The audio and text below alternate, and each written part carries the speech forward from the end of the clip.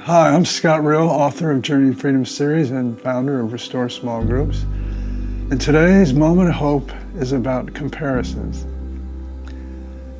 This is we're putting together the topics for our content for the 52 messages, episodes.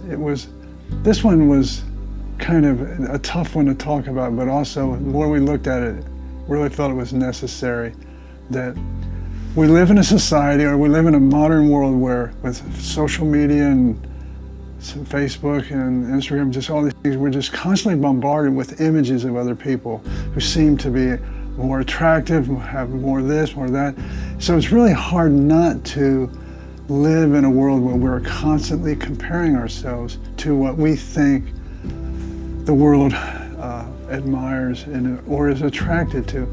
So I made a list just of some areas that I see that I struggle with always comparing, and it's almost systemic. It just happens. It's natural. I'm just constantly seeing things and people and comparing myself. And so physically, how attractive we are, and that I think really impacts us at each decade of our lives. There's as we get older, how do we look? And when we're younger, it has such a powerful pull of the esteem that we have about ourselves. Am I attractive? Would people find me attractive? And then there's the mental and our intellectual, and then there's personality, and then there's financial, wealth, lifestyle, success, career. There's all these ways that we're constantly comparing ourselves to others. And we also live in a society that idolizes celebrities and attractiveness and success and greatness. And so it's hard not to look at ourselves and compare ourselves to others. And most of the time we feel shame that we don't measure up to what we think the world would consider successful, attractive, intelligent, personality, wealth, and just on and on and on. What do I have that compares to what other people have who seem to have it? Instead of being able to view myself from, I am me, this is me, and this is a beautiful version. And yes, there's ways that I can work to physically take care of myself so that I feel good, that I study to be successful at whatever career or endeavor that I want to take on, that I work with God on growing into a person who has a beautiful heart and a capability of love.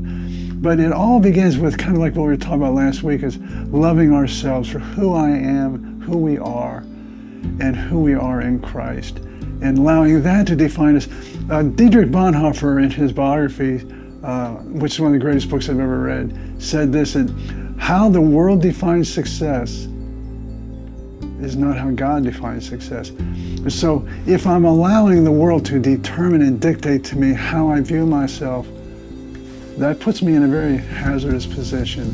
So this week I want you to think about it. Stop comparing yourselves. Use the S.T.A.R acronym. Stop. See where the trajectory this is taking you. Climb to a higher altitude. See how God sees us. Learn to really love yourself and redirect your thoughts about yourself. And really pay attention to that, because you'll find that life is so much more enjoyable and so much more fulfilling and full of love when you find love for yourself, just the special, unique person you are. And you are beautiful the way you are.